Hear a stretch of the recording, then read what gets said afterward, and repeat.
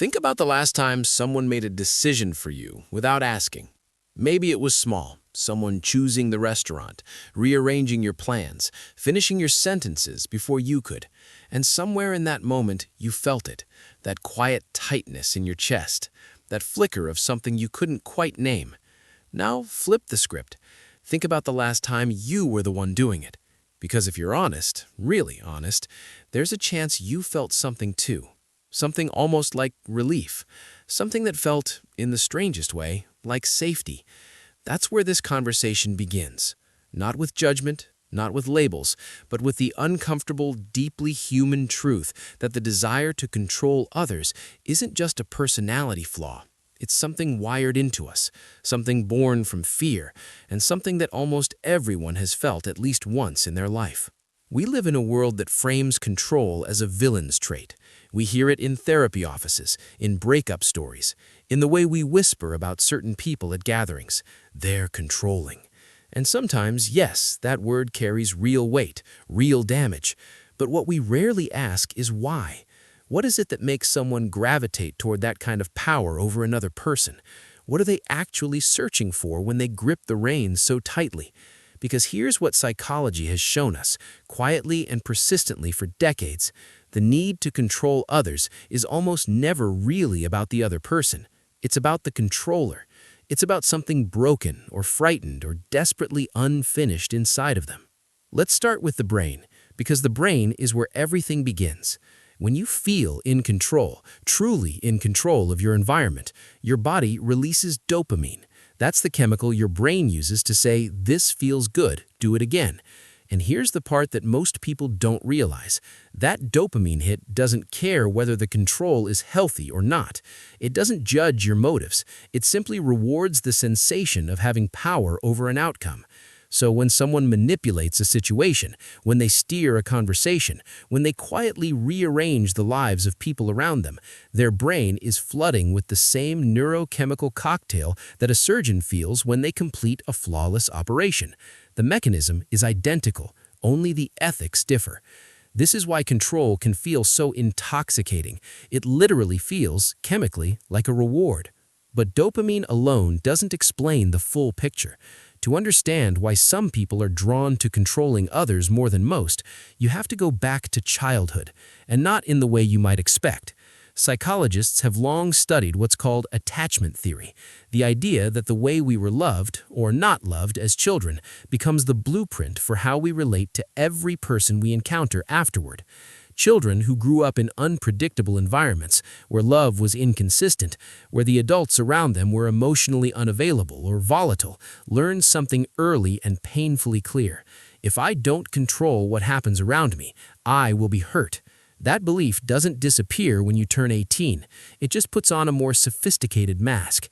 It becomes the person who needs to know exactly where their partner is at all times. The parent who micromanages every aspect of their child's life. The friend who subtly manipulates social situations so that they remain at the center. These aren't acts of malice most of the time. They are acts of survival. They are the echoes of a younger version of that person, still standing in a room that felt unsafe, still desperately trying to make the world predictable. And there's another layer here that society almost never talks about, the way control can feel like love. For some people, especially those who were never taught healthy ways to express care, controlling behavior is their version of devotion.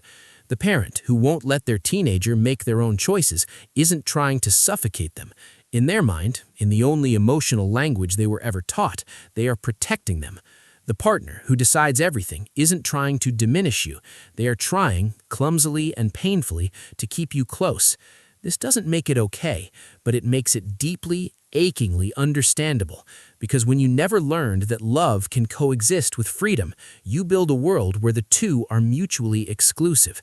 And if you have to choose between them, you choose the one that feels safest. You choose control. Now, here's where it gets uncomfortable, the part where we have to turn the mirror back toward ourselves. Because the truth is, the desire to control isn't reserved for a few bad people. It exists on a spectrum, and almost all of us sit somewhere on it. Have you ever refreshed someone's social media page to see if they posted something? Have you ever rearranged a plan because your version felt safer? Have you ever withheld information from someone because you didn't trust what they'd do with it? These are micro moments of control, tiny, quiet exercises of power that we rarely examine. And most of the time, they come from the same place as the more extreme versions, a fear that if we let go, something will fall apart. The difference between healthy and unhealthy control isn't the absence of that impulse, it's the awareness of it. It's noticing when you're gripping too tightly and choosing, consciously, to open your hand. The healthiest version of this instinct, when it's channeled well, actually looks like leadership. It looks like structure. It looks like someone who organizes, who plans, who steps in when chaos threatens to swallow everything. The desire to shape your environment isn't pathological on its own. It becomes dangerous only when it extends over other people's autonomy, when the need to control shifts from shaping your own life to dictating someone else's. And that shift, that quiet crossing of a line, is usually invisible to the person doing it. That's what makes it so hard to see in yourself. That's what makes it so hard to stop. So what do we do with all of this? Not with grand gestures or dramatic confrontations, but quietly, gently. We start by asking ourselves one honest question the next time we feel that familiar pull, that urge to steer, to decide, to arrange. We ask, is this about protecting them, or is this about protecting me from the fear of losing control? That question alone won't fix everything, but it cracks something open. It lets light into a room that has been locked for a long time.